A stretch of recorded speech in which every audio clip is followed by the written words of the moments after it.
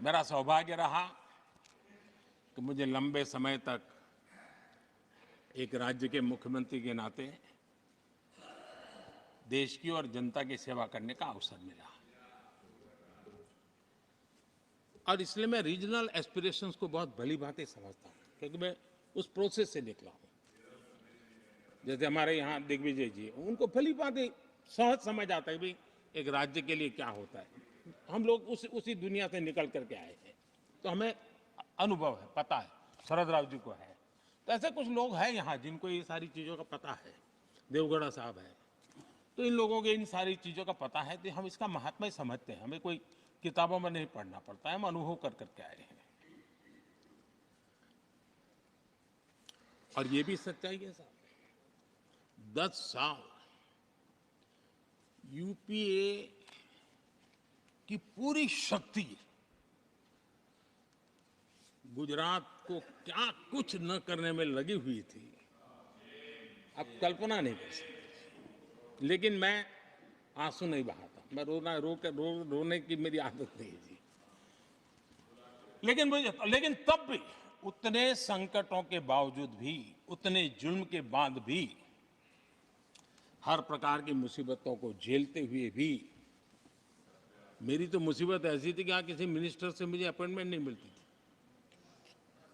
वो कहते थे भाई आप जानते हो मेरी तो दोस्ती है, मैं फ़ोन पे बात कर लूँगा, लेकिन कहीं फोटो वोटो निकल गए, ये डर रहता था। यहाँ मंत्रियों का डर ऐसा था। अब खैर उनकी मुसीबतें मैं समझ सकता हूँ। मेरे यहाँ एक बार बहुत प्राकृतिक आपदा आई। मैंने उस समय प्रधानमंत्री जी को बड़ा रिक्वेस्ट किया कि आप आइए, एक बार जरा देख लीजिए। उनका कार्यक्रम बना, फिर साहब एक एडवाइजरी कमेटी बनी थी, शायद वहाँ से हुक्म आया, तो कोई हेलीकॉप्टर से हवाई निरीक्षण करे वो तो मैं समझ सकता हूँ।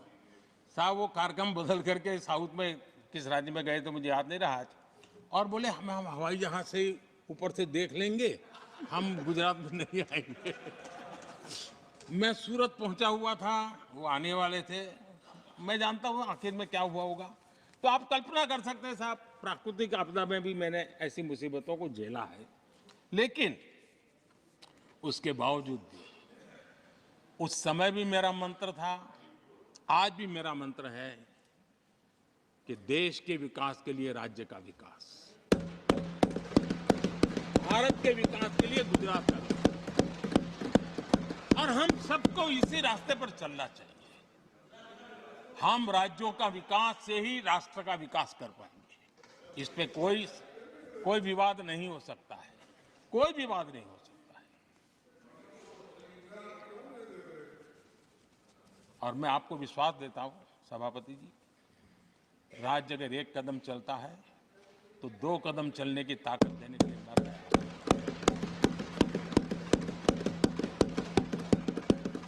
कोऑपरेटिव फेडरलिज्म क्या होता है, और मैंने तो हमेशा कहा कॉम्पिटिटिव कोऑपरेटिव फेडरलिज्म। आज देश को जरूरत है कॉम्पिटिटिव कोऑपरेटिव फेडरलिज्म। हमारे राज्यों के बीच में तंदुरुस्त स्पर्धा हो, ताकि हम तेजी से देश में आगे बढ़े। एक सकारात्मक सोच के साथ हमको चलने की जरूरत है। और मैं ये राज्य में था तब भी इसी विचारों को लेकर के काम करता था, इसलिए चुपचाप सहता भी था। आदरणीय सभापति जी, कोविड एक उदाहरण है। इतना बड़ा संकट आया दुनिया का, ऐसे संकट के समय राज्य के मुख्यमंत्रियों के साथ 20 बैठकें की। उस कालखंड में एक एक बात का विचार समझ करके साथ लेकर के, और सभी राज्यों का सहयोग, एक टीम बन करके केंद्र और राज्य ने काम किया। दुनिया जिस मुसीबत को झेल नहीं पाई, हम सब ने मिल करके, किसी एक को क्रेडिट मैं कभी नहीं दूंगा, सब ने मिल करके इस देश को बचाने के लिए जो हो सकता है, राज्यों को भी उसकी क्रेडिट लेने का पूरा अधिकार है। इस सोच में हमने काम किया। आदरणीय सभापति जी, G20 का आयोजन हम दिल्ली में कर सकते थे। हम दिल्ली में इन बड़े बड़े नेताओं के बीच रह करके सब कुछ क्या नहीं कर, पहले हुआ ही है। हमने ऐसा नहीं किया। हमने G20 का पूरा यश राज्यों को, दिल्ली में एक मीटिंग की तो राज्य में 200, एक एक राज्य को एक्सपोजर मिले दुनिया में।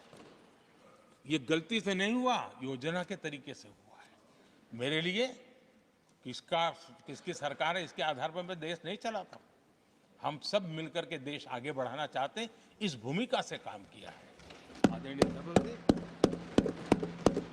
हमारे देश में विदेश के मेहमान आते थे तो मेरे आने के बाद आ रहे था, थोड़ा पहले भी आते थे। आज विदेशी मेहमान आते हैं तो मेरा आग्रह रहता है कि आपको एक दिन किसी राज्य में जाना चाहिए।